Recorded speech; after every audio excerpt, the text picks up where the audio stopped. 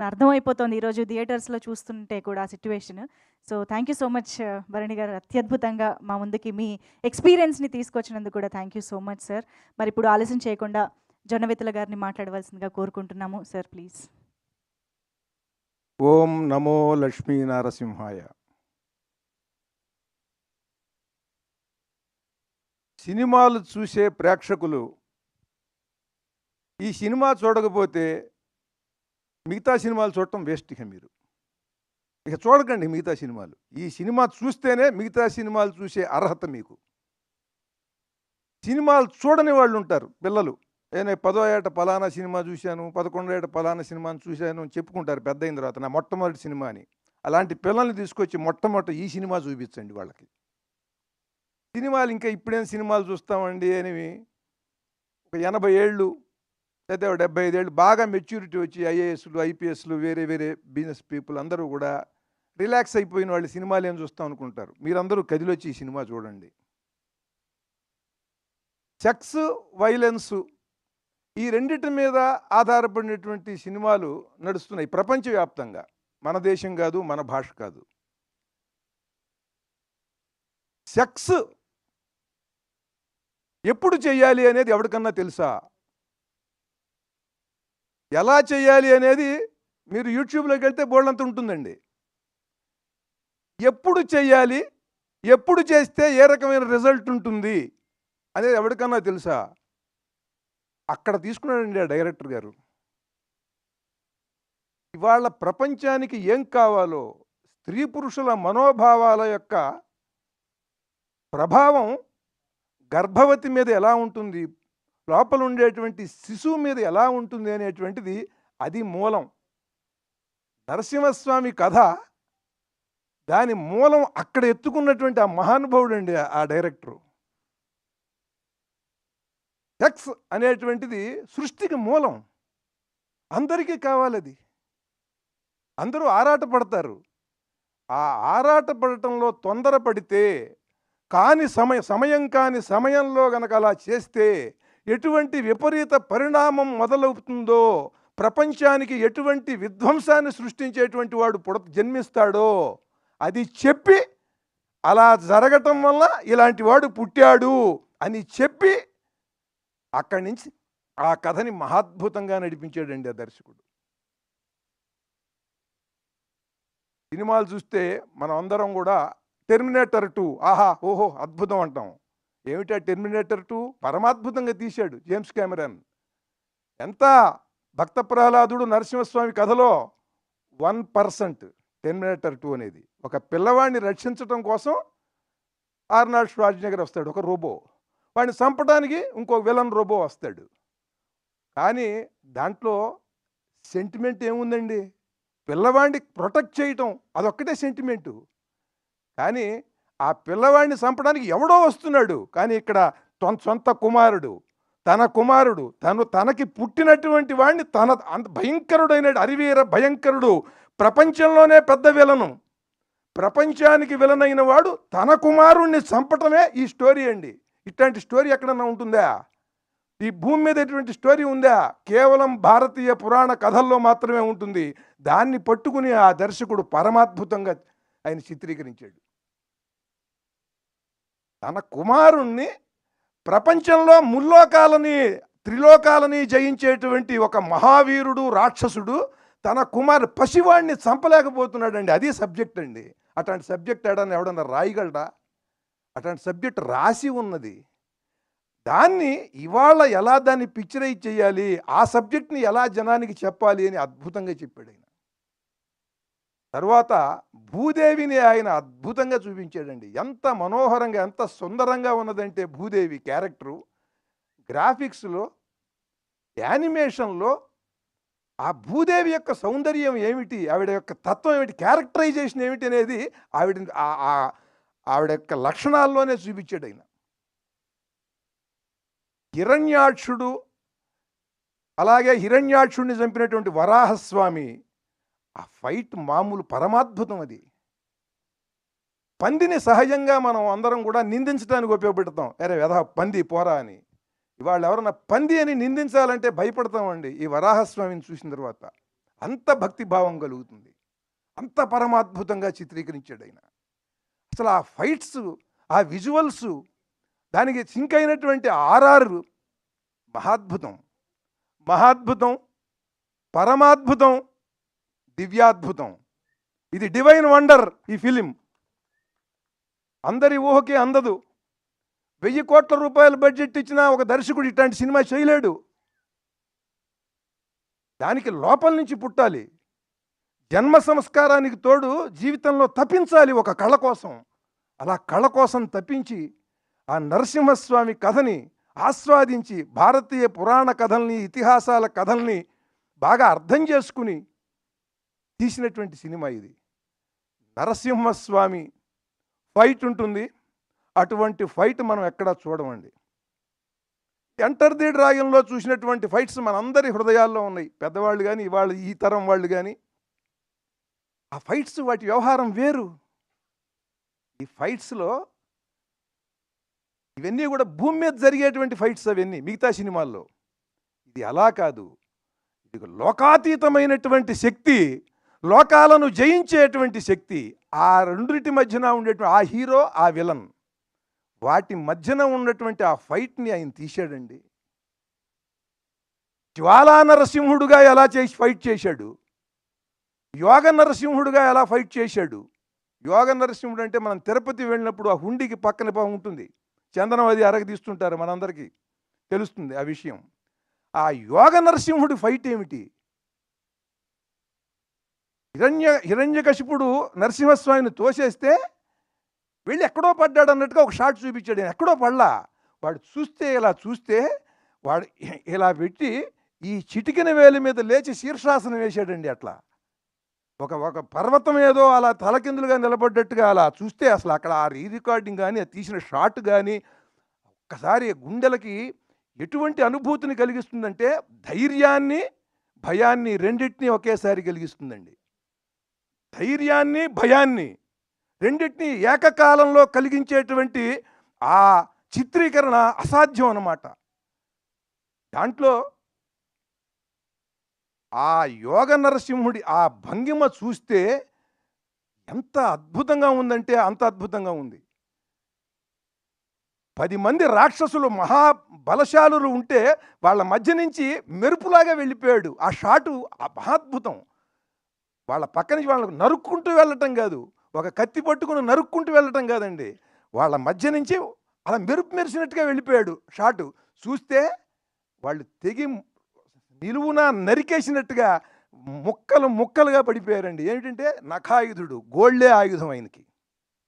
ఆ వెళ్ళిన మెరుపు వేగంతోనే వాళ్ళని సంహరించేశాడు. ఆ జ్వాలా నరసింహుడు అంటే ఏమిటి? ఆ మెరుపు వేగంతో ఎలా చంపాడు.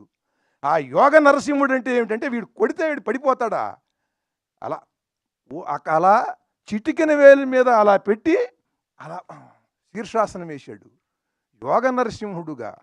పైగా వాడు హఠయోగి, అంటే మొండి పట్టుదల ఉండేవాడు.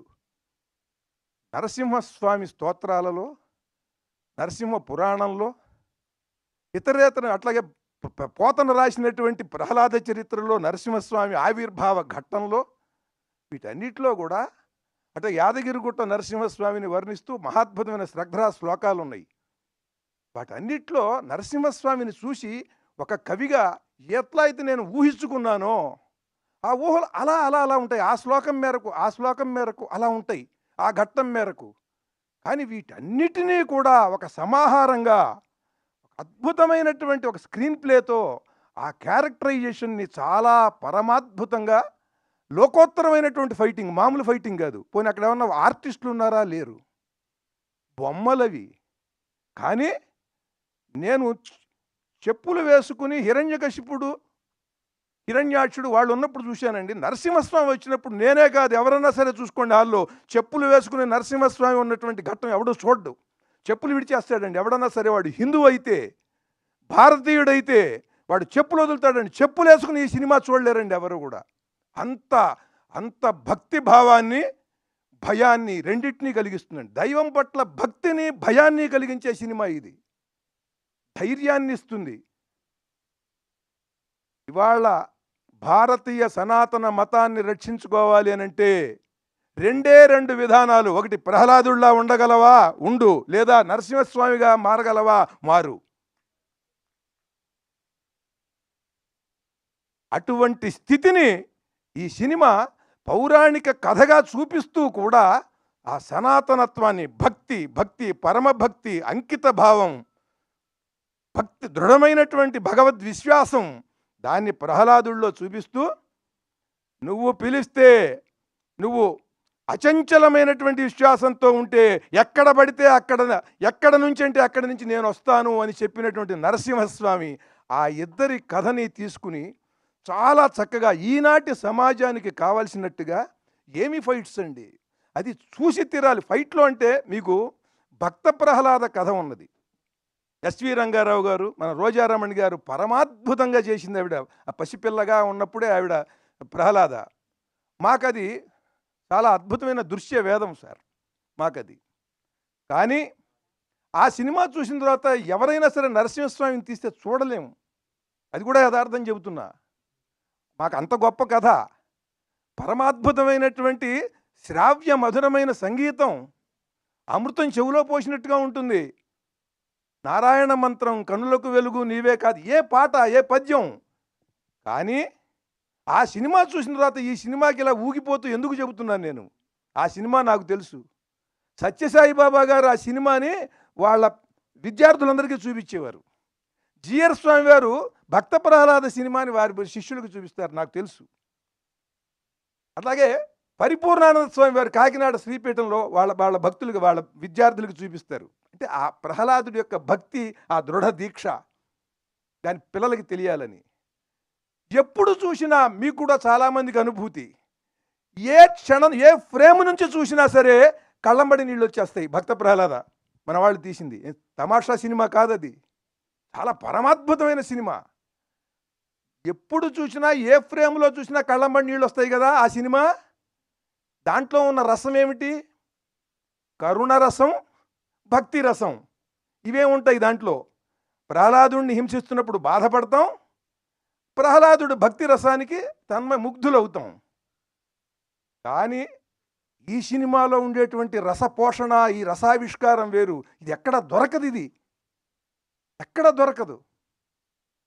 వీర రౌద్ర భయ భీభత్స రసాలను పోషించాడండి ఆయన అక్కడ. భక్తి రసంతో బాగా మిళితం చేసి కలిపేసి భక్తి రసాన్ని వీరరసం. ఆ పోస్చర్ చూడండి మీరు. ఆ నరసింహస్వామి ముఖం మాత్రమే సింహం, మిగతా బాడీ అంతా కూడా హ్యూమన్ బాడీ. హ్యూమన్ బాడీలో ఎవరికన్నా సరే అట్లాంటి బైసెప్స్ ఉంటాయండి. చూడండి అసలు ఎలా ఉందో. ఎవరన్నా చూసారా మీరు? మిస్టర్ యూనివర్స్ని కూడా చూసారా మీరు? మిస్టర్ యూనివర్స్కి కూడా ఉండవు. అంటే ఈయనంత ఉపాసించాడు ఆ నరసింహస్వామిని, అలా తీర్చిదిద్దాడు. చూడండి అసలు ఆ బాడీ, అసలు ఆ లాటీసు, ఆ చెస్ట్ ప్లేట్స్. హిరణ్యకశిపుడికి వాడి చెస్ట్ ప్లేట్స్, మామూలు చెస్ట్ ప్లేట్స్ బాగుంటాయి, బాగా బ్రాడ్గా ఉంటాయి, ఎవరికన్నా షోల్డర్స్ అవి బాగా దృఢంగా ఉంటాయి. కానీ అసలు ఆ హిరణ్యకశిపుడిని చూస్తే వాడి వికృతత్వము, వాడి మైండ్లో ఉండే వికృతత్వం అంతా కూడా వాడి బాడీలో ఉందండి. కానీ దృఢంగా ఉన్నాడు. అలాగే నరసింహస్వామికి ఆయన యొక్క దివ్యత్వం, ఆయన యొక్క ఎంత మహాశక్తి సంపన్నుడు అనేది మొత్తం ఆ బాడీలో మొత్తం ఫిజికల్ ఫామ్లో చూపించాడు ఆయన.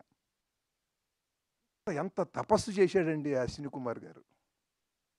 సార్, యు ఆర్ చిత్రశిల్ప తపస్వి.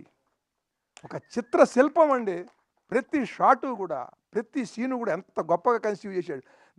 మనం ఎన్టీ రామారావు గారు దుర్యోధనుడుగా ఆ గద, ఆ సింహంతో ఉన్నటువంటి సింహాసనం మీద ఆయన కూర్చున్న విధానం మనకి గుర్తుండిపోతుంది మనకి పాండవీయంలో. దీని సింహాసనాన్ని డిజైన్ చేశాడండి ఆయన. మొత్తం అన్నీ కూడా వృశ్చికాలు, తేళ్ళు, పాములతో ఉండేది ఉంటుంది, అన్ని స్కార్పియోస్. ఎంత అద్భుతంగా ఉన్నది అసలు ఆ సింహాసనం. అంత చాలా చాలా క్రియేటివిటీ, ఫుల్ ఆఫ్ క్రియేటివిటీ ప్రతి సీన్లో కూడా. ఈ సినిమా గురించి నేను ఇంకా చాలా చెప్పగలను, కానీ సమయం కూడా చూసుకోవాలి. ఒక్కటే చెప్తున్నాను ప్రేక్షకులందరికీ, నా తరపున ఇది ఒక అపీల్, ఒక విజ్ఞప్తి. మీరు వచ్చి మీ పిల్లల్ని తీసుకుని, మనవల్ని తీసుకుని వచ్చి ఈ సినిమా చూడండి. నవనారసింహ క్షేత్రాలు ఉన్నాయి మనకి. తెలుగు వాళ్ళకి. సింహాచలం, అంతర్వేది నరసింహస్వామి, మంగళగిరి నరసింహస్వామి, వేదాద్రి నరసింహస్వామి, కదిరి నరసింహస్వామి, ఇక్కడ ధర్మపురి నరసింహస్వామి, యాదాద్రి నరసింహస్వామి, తమిళనాడులో ఒకటి ఉంది ఘటికాచలం. ఈ నవనారసింహ క్షేత్రాలని దర్శించినటువంటి పుణ్యం ఈ సినిమా చూస్తే వస్తుంది మీకు.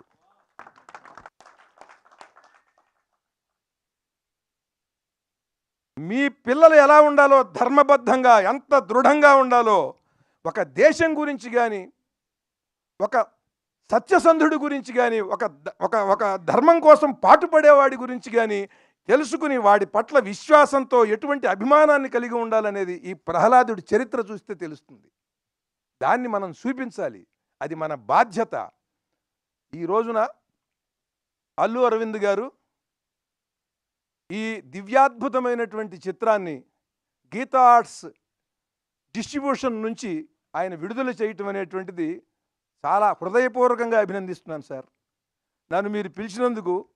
ఈ సినిమా ప్రెస్ మీట్కి వచ్చినప్పుడు నేను ఇప్పుడు ఈ మాట్లాడేదంతా కూడా యాదగిరిగుట్ట నరసింహస్వామి దేవాలయానికి పిలిచి అక్కడ నరసింహస్వామి శతకం గురించో, నరసింహస్వామి స్తోత్రాల గురించో చెప్పమంటే ఎలా చెబుతున్నానో, ఎలా చెబుతానో అలా చెబుతున్నట్టు ఫీల్ అవుతున్నాను నేను ఇక్కడ. ఇది ప్రెస్ మీట్ అనుకోవట్లే నేను. నరసింహస్వామి దేవాలయంలో నరసింహస్వామికి సంబంధించిన కథల ప్రవచనం చెబుతున్నాను అనుకుంటున్నాను నేను. అంత అద్భుతంగా ఉన్నది ఈ సినిమా. హృదయాన్ని కరిగించేస్తుంది, హృదయాన్ని శక్తిమంతం చేస్తుంది. అటువంటి భక్తి, వీర, రౌద్ర, భయ, బీభత్స రసాలతో మహాద్భుతంగా తపస్సు చేసి తీసాడైన. ఇది సామాన్యమైన విషయం కాదు. ఆ విజన్ వేరు, ఆ మనిషి వేరు, ఆ దార్శనికత వేరు, ఆ కాన్సన్ట్రేషన్, ఆ డెడికేషన్, ఆ డివోషన్ ప్రతి ఫ్రేములో కూడా నేను చూశా. మీరు ఎన్నో అద్భుతమైనటువంటి వండర్స్ చూస్తున్నాం ఇవాళ గ్రాఫిక్స్లో. Godzilla versus King Kong, King Kong 1, King Kong 2, ఆ తర్వాత ఇదేది స్పేస్ షటిల్స్. ఇక అక్కడ చూస్తే Jedi returns back, empire strikes back, Avengers, ఆ తర్వాత ఇంకో ట్రాన్స్ఫార్మర్స్. ఏమిటంటే దిక్కుమాలింది కార్లు అండి ఇవి. కార్లు ఇటు పడిపోయి వాడు ఒక రోబో అయిపోతాడు, వాడు ఒక రోబో అయిపోతాడు, వాళ్ళిద్దరు కొట్టుకుంటే ఏమిటి అక్కడ వాడి సెంటిమెంట్ ఏమిటి అక్కడ? ఒక పిల్లో ఒక ఆడదో ఉంటుంది, ఒక గర్భవతో ప్రెగ్నెంట్ లేడీయో. వాళ్ళని రక్షించడం కోసం వీడు, వాడిని చంపడం కోసం వీడు. దీనికే మనం అయ్యో అయ్యో అయ్యో అనుకుంటున్నాం. ధర్మం లేదు, త్యాగం లేదు, అంకిత భావం లేదు, ఏమీ లేకుండానే మెస్మరైజ్ చేస్తున్నాడు వాడు. ఆర్ఆర్తో హోరెత్తిచ్చేసి వెళ్ళేవాడు కూడా ఏమంటున్నాడు, ఆ పిక్చర్ అట్టా ఉంటే ఏముంటుంది, నాకు ఎక్సైట్మెంట్ చాలా బాగుంది, సౌండ్ బాగుంది అంటున్నాడు వీడు. అట్లా తయారైపోయారు ప్రేక్షకులు కూడా. వీడికి సౌండ్ బాగుంటే చాలుటండి. వీడు సౌండ్గా ఉండడం అనే సంగతి వీడికి తెలియదు. అట్లాంటి 4 సినిమాలు చూస్తే చాలు, వీడికి సౌండ్ వినిపించదు. ఏ ఎమోషన్ని, ఏ రసాన్ని ఎలా పండించాలో తెలియాలంటే ఆ రసం గురించి తప్పించాలి. రసం అంటే ఏమిటి? భగవత్ స్వరూపం. రసో వై సహా అని వేదం చెబుతోంది. రసం అంటే వాడేరా భగవంతుడు అని. ఆ రసాన్ని ఉపాసించి దాన్ని ఏ మోతాదులో ఎలా అందించాలి ప్రేక్షకుడికి అంటే వాడు తపస్సు చేయాలి. ఆ దర్శకుడు, ఆ కథా రచయిత అట్టా తపస్సు చేశాడండి అశ్విని కుమార్ గారు. ఆయన తపస్సుకి నమస్కారం. అటువంటి అంకిత భావం, అటువంటి ఏకాగ్రత నాకు కూడా ఇమ్మని ఆ లక్ష్మీ నరసింహస్వామిని నేను ప్రార్థిస్తూ, ఇటువంటి సినిమాని విడుదల చేసినందుకు హృదయపూర్వకంగా అల్లు అరవింద్ గారిని నేను ఆయన్ని అభినందిస్తూ, నమస్కరిస్తూ, శిరసా నమస్కరిస్తూ అశ్విని కుమార్ గారికి. ఎందుకంటే ఇట్లాంటి ఎవరు తీలేరండి, ఎక్కడో ఉంటాడు. అటువంటి మహానుభావుడికి శిరస్సు వంచి నమస్కారం చేయాలి. మహాద్భుతం, పరమాద్భుతం, ఈ పదాలన్నీ కూడా పనికి మాలిన వాళ్ళు కూడా వాడేస్తున్నాం మనం. ప్రతివాడు పరమాద్భుతం. మాట్లాడలేని వాడు కూడా మహాద్భుతంగా మాట్లాడాడు అంటాడు ఏమిటో. ఇది దివ్యాద్భుతం. ఈ సినిమా డివైన్ వండర్. ఇటువంటి సినిమాలు ప్రతి సంవత్సరం మీరు తీయాలి సార్, ప్రతి సంవత్సరం, ఎవ్రీ ఇయర్. చాలా చాలా సంతోషం అండి, చాలా ఆనందం. ఆ లక్ష్మీ నరసింహస్వామి అనుగ్రహం మీకు, మొత్తం పాత్రికేయులకి, ప్రేక్షకులకి అందరికీ ఉండి అందరం కూడా రసమయమైనటువంటి కళాత్మకమైన చిత్రాలు చూస్తూ ఆనందిస్తూ చాలా రసమయంగా జీవించాలని ఆ లక్ష్మీ నరసింహస్వామిని కోరుతూ, సనాతనమైనటువంటి భావజాలం నిలబడాలంటే ఇలాంటి సినిమాలు రావాలి. ఆ రకంగా కూడా మనందరికీ చైతన్యాన్ని, స్ఫూర్తిని ఈ సినిమా కలిగిస్తుందని మిమ్మల్ని అందరినీ కూడా మళ్ళీ మళ్ళీ చెబుతున్నాను. ఈ సినిమా చూడండి. ఇవాళ సినిమా తీయటం అనేది ఎంత కష్టమో మీ అందరికీ తెలుసు. ఎందుకనంటే అంత పూర్వం కష్టం ఎవరికీ తెలిసేది కాదు. ఇప్పుడు నిర్మాతలే చెప్పేసుకుంటున్నారండి ఇంటర్వ్యూలు ఇచ్చి వాళ్ళ కష్టాలు ఏమిటో. సినిమా తీయటంలో ఇద్దరికే కష్టం ఉందని నా నమ్మకం సినిమా విషయంలో. ఎందుకంటే ఆయన గొప్ప మహానిర్మాత. ఆయన దగ్గర చెబుతున్నా నేను. ఎందుకంటే నేను అన్నిటికీ తెగించిన వాడిని. మైక్ ఇచ్చేంత వరకు నేను మామూలుగా ఉంటా, మైక్ ఇచ్చిన తర్వాత తెగిస్తానండి. ఒకటే, సినిమా విషయంలో నష్టపోయేది ఇద్దరే. ఒక నిర్మాత, రెండు ప్రేక్షకుడు. మిగతా మధ్యలో అందరూ బాగుంటారండి. ఎవరికీ ప్రాబ్లం లేదు. మంచి సినిమా వచ్చినప్పుడు ఆ నిర్మాత ఎన్నో కష్టాలు పడి కదా తీసేది. ఆ సినిమా మంచి సినిమా అనిపించుకున్నా అది పోయినా సరే ఎవరి డబ్బులు వాడికి వచ్చేస్తాయి మధ్యలో, వాళ్ళకి, నిర్మాతకే రావు. కానీ ఆ మంచి సినిమా, ఆ మంచి నిర్మాతని బతికించాల్సింది, నిలబెట్టాల్సింది, మళ్ళీ మళ్ళీ మంచి సినిమాలు వచ్చేలా సమాజంలో చేయవలసింది మంచి సినిమాని ప్రేక్షకుడు ఆదరిస్తే. కనుక ఆ ప్రేక్షకుడికి ఆ మంచి కలగాలి, ఈ నిర్మాతకి ఈ మంచి కలగాలి. ఇది మంచి సినిమా రాలేదంటున్నాం, ఇది మంచి సినిమా. గొప్ప సినిమాలు రావట్లేదంటున్నాం, ఇది గొప్ప సినిమా.